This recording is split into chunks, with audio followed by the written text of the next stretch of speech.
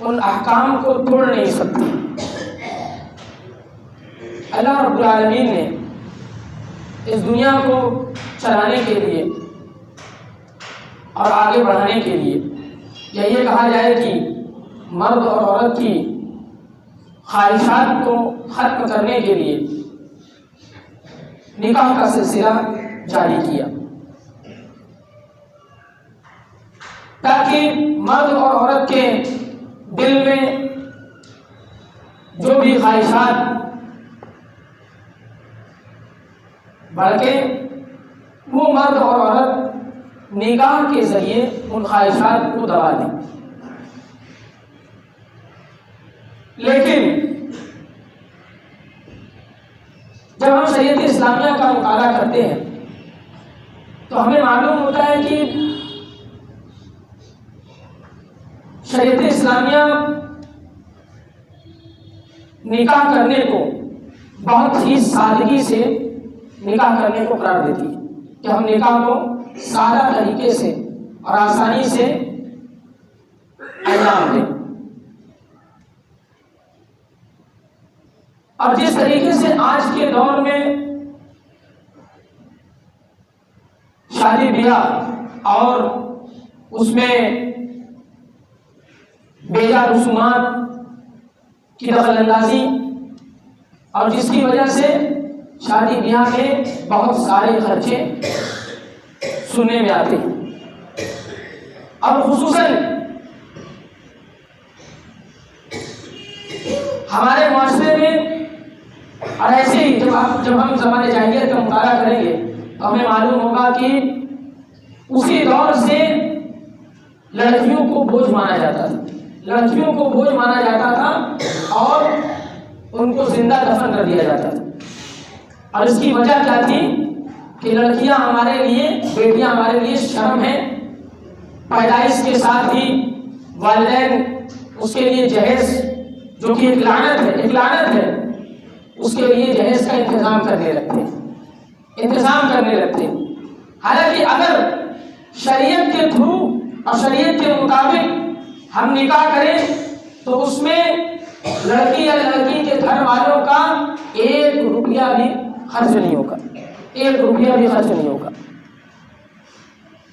لیکن جس طریقے سے معاشرہ لڑکی اور لڑکی والوں پر بوجھ ڈالتا ہے،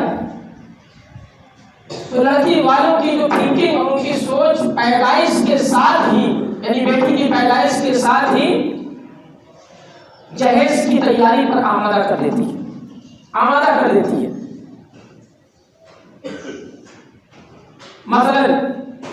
ہم اپنے معاشرے میں بارات کا سلسلہ شروع کر دیتے ہیں۔ اگر ہم کسی لڑکی والے کے یہاں نکاح کرنے جائیں گے تو اتنی بارات کے ساتھ جائیں گے، ورنہ نہیں جائیں گے۔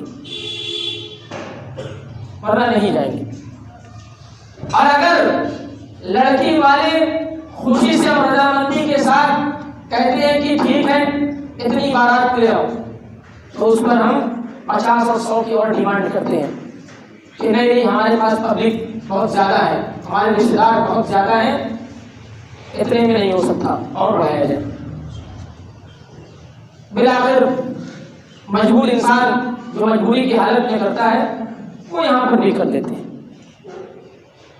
لیکن سوال یہ ہے کہ ہم اپنے معاشرے میں ایسی چیز کو کیوں جاری کر رہے ہیں کہ جس کا شریعت سے کوئی لینا دینا نہیں اور شریعت سے کوئی تعلق نہیں۔ آج کتنے والدین ایسے موجود ہیں جو لڑکی کی پیدائش پر خوش نہیں ہوتے ہیں، حالانکہ اسلام نے بیٹی کی پیدائش کو، لڑکی کی پیدائش کو باعث برکت قرار دیا۔ ان اللہ حرم علیکم حقوق الامہات ووعد البنات، اللہ رب العالمین نے تم پر ماؤں کی نافرمانی کرنا اور بیٹیوں کو زندہ درگور کرنا حرام قرار دیا۔ بہت ساری احادیث ایسی ہیں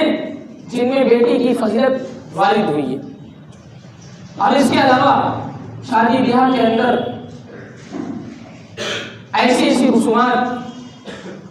کہ اگر ہم شریعت کا مطالعہ کرتے ہیں تو ہمیں معلوم ہوتا ہے کہ یہ ساری رسومات بھیجا ہے اور خراب ہے۔ آج تقریباً ہر ایک مسلم معاشرے کے اندر، یا اگر یہ کہا جائے ہر ایک مسلم محلہ جہاں پر بھی شادی اور بیاہ ہو اور جس کے بھی گھر میں ہو، شاید ہی کوئی ایک ایسا بندہ ہوگا جو یہ کہہ دے کہ میرے یہاں شادی بیاہ میں گانا بجتا نہیں اور نہ لوگ ناچتے ہیں۔ ٹھیک ہے، الحمدللہ اللہ کے فضل و کرم سے ایسے بھی لوگ موجود ہیں جو یہ کہہ سکتے ہیں کہ ہاں ہمارے یہاں اس طرح کی رسمیں اور اس طرح کی بےہودہ چیزیں ہمارے یہاں نہیں ہوتی، لیکن کوئی بھی محلہ ایسا نہیں ہے اسلامی محلہ کہ جو یہ دعویٰ کر دے کہ ہاں ہمارے محلے میں ناچ گانا، شادی بیاہ کے موقع پر ڈانس والوں کو بلانا یا ٹیپ چالو کرنا اور اس پر ناچنا، یہ ہمارے یہاں نہیں ہوتا۔ 90% لوگ اس چیز میں مبتلا ہے۔ آپ اپنے اپنے معاشرے کا، اپنے اپنے محلے کا سروے کیجئے اور اندازہ لگائیے کہ یہ بات کتنی صحیح ہے اور کتنی غلط ہے۔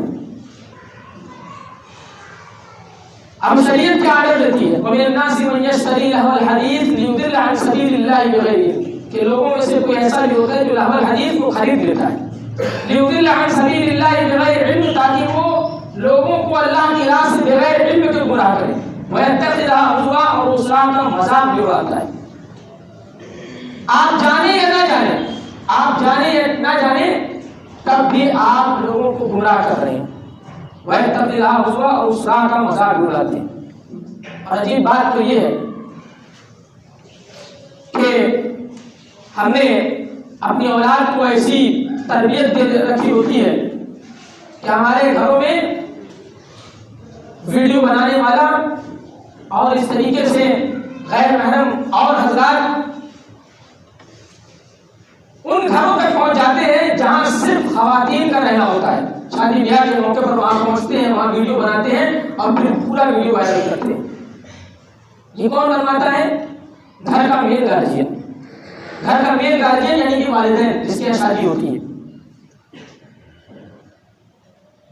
تو ایسی ایسی چیزیں سوچنے کی ضرورت تو یہ ہے کہ ہم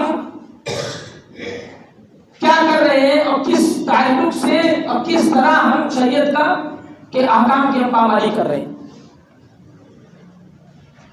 اس حدیث میں جو لفظ لہو الحدیث کا استعمال کیا گیا، اس سے مراد گانا بجانا یا کسی بھی ناچنے یا گانے کے آلات کا استعمال کرنا ہے۔ مفسر قرآن یعنی حضرت عبداللہ بن عباس، جنہیں ترجمان القرآن بھی کہا جاتا ہے، اور جن کے سلسلے میں اللہ کے نبی صلی اللہ علیہ وسلم نے یہ دعا بھی کی تھی کہ اللہم علمہ التأویل وفقہہ فی الدین، کہ اللہ تو انہیں قرآن کی تفسیر کا علم بھی عطا کر، وفقہہ فی الدین، اور ان کو دین میں سمجھ بھی عطا کر۔ ان سے جب اس آیت کے تعلق سے پوچھا گیا، یعنی لہو الحدیث کے تعلق سے پوچھا گیا، تو انہوں نے کہا کہ اس سے مراد گانا بجانا اور آلات موسیقی کا استعمال کرنا ہے۔ اب آپ ذرا اندازہ لگائیے۔ اور اس کے علاوہ اللہ کے نبی صلی اللہ علیہ وسلم کی ایک حدیث، سیکون فی آخر الزمان خسف وقذف ومسخ، کہ آخر زمانے میں لوگوں کو زمین پہ دھسایا جائے گا، ان پر پتھروں کی بارشیں کی جائیں گی اور ان کی شکلیں بدل دی جائیں گی۔ اب انسان کی ذہنیت دیکھیے اس حدیث کے روپ سے کہ آج کے دور میں یہ ہونا ناممکن سی چیز ہے۔ پہلے اللہ تعالیٰ نے بری بری قوموں کو زمین میں دھسایا، ان پر پتھروں کی بارشیں کی اور ان کی شکلیں بھی بدلی۔ آج کے دور میں یہ چیزیں ناممکن ہیں۔ سیکون فی آخر الزمان خسف وقذف ومسخ، کہ آخر زمانے میں لوگوں کو زمین پہ دھسایا جائے گا، ان پر پتھروں کی بارشیں کی جائیں گی اور ان کی شکلیں بدل دی جائیں گی۔ اور اگر یعنی اس صدی میں اگر آپ کو اللہ رب العالمین کا عذاب دیکھنا ہے تو اسرائیل کے اندر دھسنے والا اٹھا کر ڈانس بار دیکھ لیجیے۔ آج بھی ویڈیو نیٹ پر موجود ہے، سرچ کیجئے انشاءاللہ وہ ویڈیو آئے گا کہ کس طریقے سے اللہ رب العالمین نے اس پورے ڈانس بار کو، جہاں پر بے حیائی عام تھی، جہاں پر مرد و زن کا اختلاط عام تھا، جہاں پر شریعت کے حدود کی پامالی کی جا رہی تھی، اللہ رب العالمین نے اس پورے ڈانس بار کو پوری گولائی کے ساتھ زمین کے اندر دھسا دیا۔ اور بیان کرنے والوں کا یہاں تک کہنا ہے کہ کسی ایک کی لاش نہیں ملی، ہو سکتا ہے ملی ہو سکتا ہے ملی ہو، لیکن ذرا اندازہ لگائیے کہ اگر اللہ رب العالمین عذاب دینا چاہے تو اللہ رب العالمین عذاب دینے پر کہاں تک قادر ہے، اس کا اندازہ آپ کو ویڈیو دیکھ کر اندازہ لگا سکتے ہیں۔ وہاں پر لوگ چیخ رہے ہیں، چلا رہے ہیں۔ بیان کرنے والے نے یہ بھی کہا کہ ایسا لگتا ہے کہ وہ پوری زمین اندر دھستے ہوئے پلٹ بھی گئی، اندر کی جانب جاتے ہوئے وہ پوری زمین پلٹ گئی۔ اب آپ اندازہ لگائیے کہ کس طریقے سے اللہ رب العالمین آج بھی لوگوں کو زمین میں دھسانے پر قادر ہے۔ ان اللہ علی کل شیء قدیر۔ سیکون فی آخر زمان خسف وقذف، اور ان پر پتھروں کی بارش کی جائے۔ ضروری نہیں کہ جو ہم پتھر سمجھتے ہیں وہی پتھروں کی بارش ہمارے اوپر۔ اللہ رب العالمین کا عذاب بڑے بڑے برف باری کی شکل میں بھی ہو سکتا ہے، بڑے بڑے برف کے گولے جو انسانوں پر برس جائیں اور ان کے شریر کے کسی بھی حصے میں لگے تو انسان کے لیے وہ چیز اور وہ اس حصے میں اللہ تعالیٰ کا یہ عذاب لگنا اس کی موت تک لے جا سکتا ہے۔ وَمَسْكُن، اور ان کی شکلیں بدل دی جائیں گی۔ یہ بھی انسان سوچتا ہے کہ بہت دور کی چیز ہے، بہت دور کی چیز ہے کہ اللہ تعالیٰ ہماری شکل کیسے بدلے گا، ہماری شکل ہمارے گناہ پہ اللہ تعالیٰ کیسے بدلے گا۔ تو ضروری نہیں ہے کہ آپ کی شکل اللہ تعالیٰ بدلے، ضروری نہیں کہ آپ کی شکل اللہ تعالیٰ بدلے، آپ کی اولاد کی شکل اللہ تعالیٰ بدل دے گا، آپ کی اولاد کی شکل اللہ تعالیٰ بدل دے گا۔ ہونے والی پیدائش اللہ رب العالمین اس کی شکل بندر یا سور کی بنا دے گا۔ اس کا بھی ویڈیو موجود ہے، جا کر اٹھا کر دیکھیے نیٹ کے اندر، نیٹ پر سرچ کیجیے۔ ایک بچہ جو پیدا ہوتا ہے، بہت ہی معصوم بچہ، اور اس کی شکل بالکل بندر جیسی، بالکل بندر جیسی۔ تو اللہ کے نبی صلی اللہ علیہ وسلم سے پوچھا گیا کہ قیل ومتى ذلك یا رسول اللہ، کہ اللہ کے رسول ایسا کب ہوگا؟ قال اذا ظهرت المعازف والقینات واستحلت الخمر، کہ جب آلات موسیقی پھیل جائیں گے، گانے والیاں عام ہو جائیں گی، ناچنے والیاں عام ہو جائیں گی، واستحلت الخمر، اور شراب کو حلال سمجھا جائے گا۔ صحیح بخاری کی ایک حدیث ہے، لَيَكُونَنَّ مِنْ أُمَّتِي أَقْوَامٌ يَسْتَحِلُّونَ الْحِرَّ وَالْحَرِيرَ وَالْخَمْرَ وَالْمَعَازِفَ، کہ میری امت میں سے کچھ لوگ ایسے ضرور ہوں گے جو شراب، زنا، ریشم کا لباس اور آلات موسیقی کو حلال تصور کریں۔ اور جب ہم آج اپنے مسلم معاشرے کے اوپر نظر دوڑاتے ہیں تو معلوم ہوتا ہے کہ ان چار چیزوں کے تعلق سے نہ صرف یہ کہ امت اسلامیہ اور ہمارے مسلمان بھائی ان برائیوں اور ان گناہوں میں مبتلا ہیں، بلکہ مزید یہ کہ ان گناہوں کو گناہ بھی نہیں سمجھا جاتا، ان گناہوں کو گناہ بھی نہیں سمجھا جاتا، اور حلال سمجھ کر گناہ کو کیا جاتا ہے، حلال سمجھ کر گناہ کو کیا جاتا ہے۔ ہم اپنے کاروبار میں اکثر شکایت کرتے رہتے ہیں کہ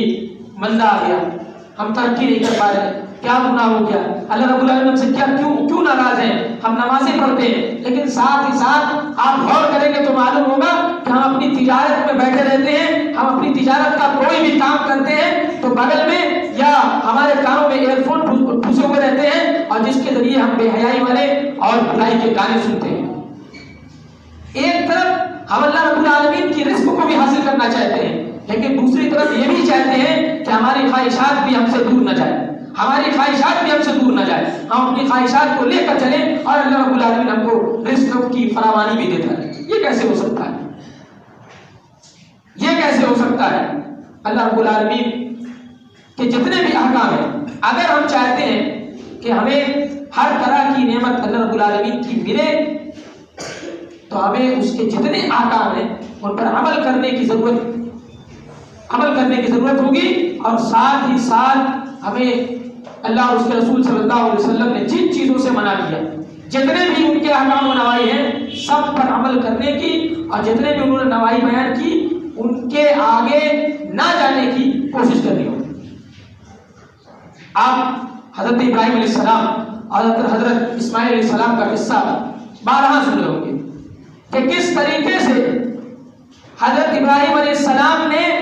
اپنے بیٹے اسماعیل علیہ السلام کو فی سبیل اللہ، صرف اللہ کی راہ میں قربان کرنے کے لیے تیار ہو جاتے ہیں، صرف اللہ رب العالمین کی رضا کے لیے۔ پہلے دن خواب آتا ہے، سوچتے ہیں کہ یہ شیطانی خواب ہے، پھر دوسرے دن خواب آتا ہے، پھر تیسرے دن خواب آتا ہے، یہ جان جاتے ہیں کہ یہ شیطانی خواب نہیں بلکہ یہ اللہ کی طرف سے ایک وحی ہے۔ اگر وہ چاہتے تو اس عمر میں جس میں ایک باپ کو سخت ضرورت ہوتی ہے اپنے اولاد کی، اگر وہ چاہتے تو اللہ رب العالمین کا یہ حکم ٹھکرا سکتے تھے، یا اللہ رب العالمین سے یہ گزارش کر سکتے تھے کہ اللہ تو اس کے علاوہ کوئی اور مجھے حکم دے دے، میں کرنے کے لیے تیار ہوں، لیکن نہیں، حضرت ابراہیم علیہ السلام نے اس چیز کو بھی کرنے کے لیے تیار ہو، اپنے بیٹے کو ذبح کرنے کے لیے اللہ کی راہ میں تیار ہو گئے، قربان کرنے کے لیے راضی ہو گئے۔ اور باپ بیٹے کا پورا قصہ آپ لوگ جانتے ہیں کہ کس طریقے سے اسماعیل علیہ السلام بھی تیار ہو جاتے ہیں، پھر بالآخر اللہ رب العالمین ایک وہاں پر سنت طریقہ جاری کرتا ہے۔ اس کے بعد آج ہم تمام لوگ قربانی کے دن لاکھوں جانور قربان کر کے اللہ کی رضا کو حاصل کرتے ہیں۔ لیکن غور کرنے کی اس پورے واقعہ میں یہ ضرورت ہے کہ کس طریقے سے حضرت ابراہیم علیہ السلام اور حضرت اسماعیل علیہ السلام نے اپنی خواہشات کو قربان کیا۔ آج ہمارا کیا رویہ ہے کہ جب بھی ہماری خواہشات اور دین کے احکام میں ٹکراؤ پیدا ہوتا ہے تو ہم اپنی خواہشات کو ترجیح دیتے ہیں کہ چاہے کچھ بھی ہو جائے ہم اپنی خواہشات کو ترجیح دیں گے، اپنی خواہشات پر کسی چیز کو آڑے نہیں آنے دیں گے، چاہے اس کے چکر میں دین کے احکام اور دینی نوائی ساری کی ساری چیزوں کی پامالی ہوتی رہے اور ہم اس کے حدود سے آگے بڑھتے ہیں، کوئی دقت نہیں۔ تو ہمارے اوپر جتنی بھی مصیبت آتی ہے کہنے کا مطلب یہ ہے کہ وہ صرف ہماری بدعمالیوں کی وجہ سے۔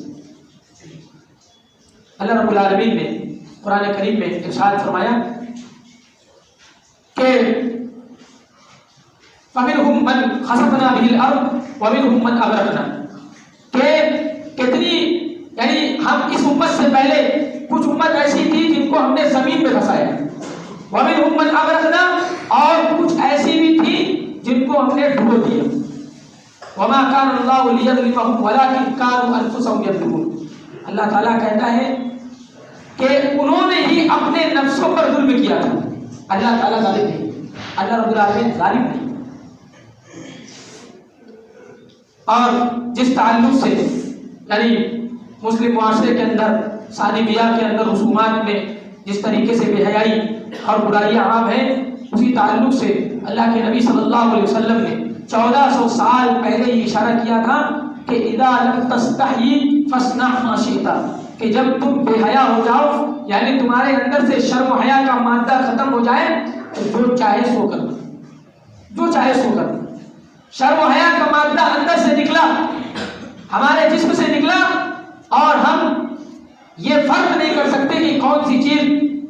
حیا والی ہے کون سی چیز بے حیائی کی ہے، تو اس کے بعد اللہ کے نبی کہتے ہیں کہ جو چاہو سو کرو، تمہیں شریعت اسلامیہ کی فکر کرنے کی ضرورت نہیں۔ اللہ رب العالمین دوسری قوم کو لائے گا، ہم تمام لوگوں کو یا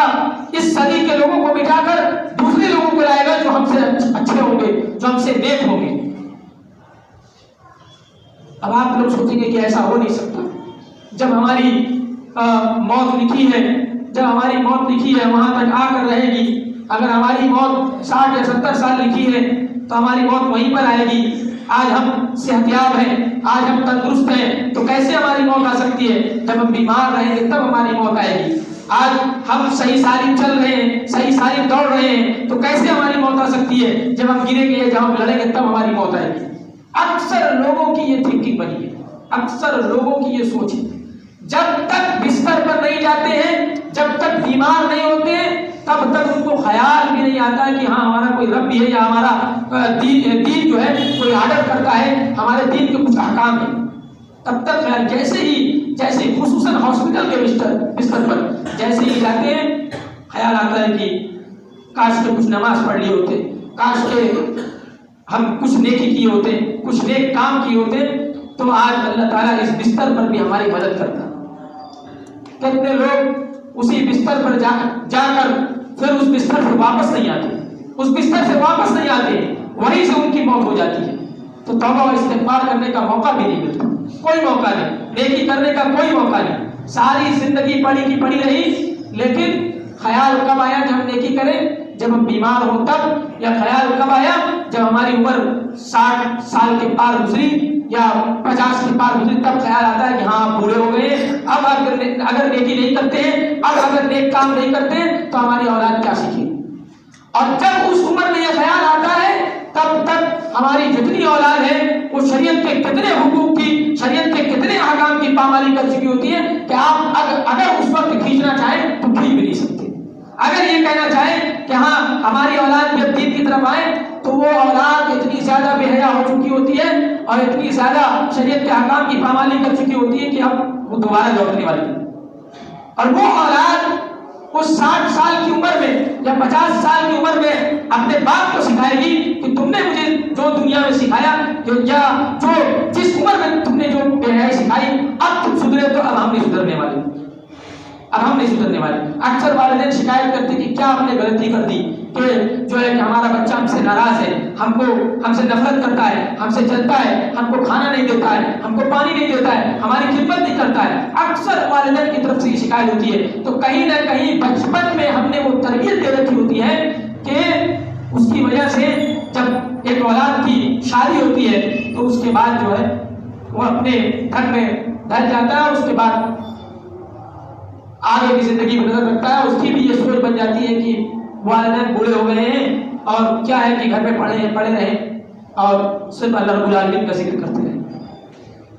تو ضرورت صرف اس بات کی ہے کہ ہم کچھ بھی کریں، کوئی بھی عمل کریں، ٹھیک ہے ہم زیادہ سے زیادہ نیکی نہیں کر سکتے، زیادہ سے زیادہ نیک اعمال نہیں کر سکتے، لیکن جتنا ہو سکے اتنا کریں، جتنا ہو سکے اتنا کریں۔ بعض لوگ کوئی نیکی کا کام نہیں کرتے، کوئی اچھا عمل نہیں کرتے، لیکن میں یہ کہہ رہا ہوں کہ ان کو برا بھی عمل کرنے کی کوئی ضرورت نہیں۔ آپ پورا دن فالتو گزار دیجیے، آپ کوئی نیک عمل نہ کیجیے، لیکن ساتھ ہی ساتھ برا عمل بھی نہ کیجیے۔ اب آپ کہیں گے کہ ہو ہی نہیں سکتا کہ برا عمل بھی نہ کرے، اچھا عمل بھی نہ کرے، ہمارا دن گزر جائے۔ تو اچھا عمل آپ کر لیجیے، آپ کا دن گزر جائے گا۔ آپ اچھا عمل کر لیجیے، آپ کا دن گزر جائے گا۔ اچھا عمل کریں گے، نیک عمل کریں گے، برا عمل بھی نہیں ساتھ لگے گا، برا عمل بھی ساتھ نہیں لگے گا۔ تو ان سب چیزوں پر بہت چھوٹی چھوٹی چیزیں ہیں کہ جن پر ہم عمل کر کر اچھا بن سکتے ہیں، نیک بن سکتے ہیں۔ آج ہندوستان کے اندر مسلمانوں کی جو حالت ہے وہ ہم سے ڈھکی چھپی نہیں۔ آج سرکار تو سرکار اس دیش کے نگہبان یعنی پولیس یا اور بھی جو کرمی ہے وہ آج مسلمانوں کے خلاف ہے، وہ آج مسلمانوں کے خلاف ہے۔ کل دلی کے اندر کیا ہوا آپ نے دیکھا کہ ایک انسان ریوالور لے کر اور باقاعدہ لہراتے ہوئے اس نے جامعہ انڈیا کے بچوں پر جو ہے گولی چلائی اور پولیس ٹھیک انہی کے پیچھے کھڑی تھی اور پکڑی کب جب گولی کی فائرنگ ہوئی تھی۔ اور بھی ویڈیو آئے ہیں یا امیجز آئی ہیں جن میں ایک دم صاف دکھایا گیا ہے کہ وہ لڑکا فائرنگ کر رہا ہے اور 3-4 پولیس والے کاپ کر ایسے ہاتھ باندھ کر کھڑے ہوئے، اور جب وہ فائرنگ کر لیتا ہے تب جا کر وہ پولیس والے آتے ہیں پکڑتے ہیں۔ تو کہنے کا مطلب یہ ہے کہ مسلمان ایک ایسی قوم ہے کہ ہندوستان کے اندر ان کے ساتھ کوئی نہیں، نہ سرکار ساتھ ہے اور نہ یہ کہ پولیس والے ساتھ ہیں جو ہمارے نگہبان ہیں، اور جتنے لوگ ساتھ ہیں یعنی غیر دھرم والے بھی ہمارے ساتھ ہیں۔ تو دیکھیے پلٹنے میں اور پھٹنے میں بہت ٹائم نہیں لگے گا، پھر بچ جائیں گے صرف ہم یعنی مسلمان، اور دیش سے ہوں گے باہر۔ تو اس کے لیے ضرورت یہ ہے کہ آپ جو ہے شریعت پر عمل کریں اور زیادہ سے زیادہ اللہ تعالیٰ کی طرف رجوع کریں۔ کسی نے یہ NPR اور NRC اور CAA کا جو فل فارم حقیقتاً ہے اس کا ایک اچھا فارم نکالا کہ NPR نماز پڑھتے رہو اور NRC اس طریقے سے اور بھی ہے. اسی طرح CAA یعنی چلو اب آؤ اللہ کی طرف. اس طریقے سے کسی نے بہت ہی اچھا فل فارم نکالا، یعنی جو بھی کرنا ہے ہمیں شریعت اسلامیہ کا دائرہ کا خیال کر کے، اور اگر اب بھی ہم گناہگار ہیں اور اللہ کے احکام سے دور ہیں تو اب ہمیں چاہیے کہ ہم اللہ کے احکام کی طرف آئیں اور زیادہ سے زیادہ اللہ تعالیٰ کو یاد کریں. انشاءاللہ اللہ تعالیٰ ہماری مدد ضرور کرے گا. اللہ رب العالمین سے دعا ہے کہ ہم تمام لوگوں کو زیادہ سے زیادہ دین کے احکام پر عمل کرنے کی توفیق دیں، اور جب تک ہمیں زندہ رکھیں اس دنیا میں دائرۂ اسلام میں زندہ رکھیں، جو ہمارا خاتمہ ہو ایمان بالخیر ہو. بارک اللہ لنا ولکم فی القرآن الکریم ونفعنا وإیاکم بالآیات والذکر الحکیم. انہ تعالی جواد کریم ملک بر رؤوف رحیم.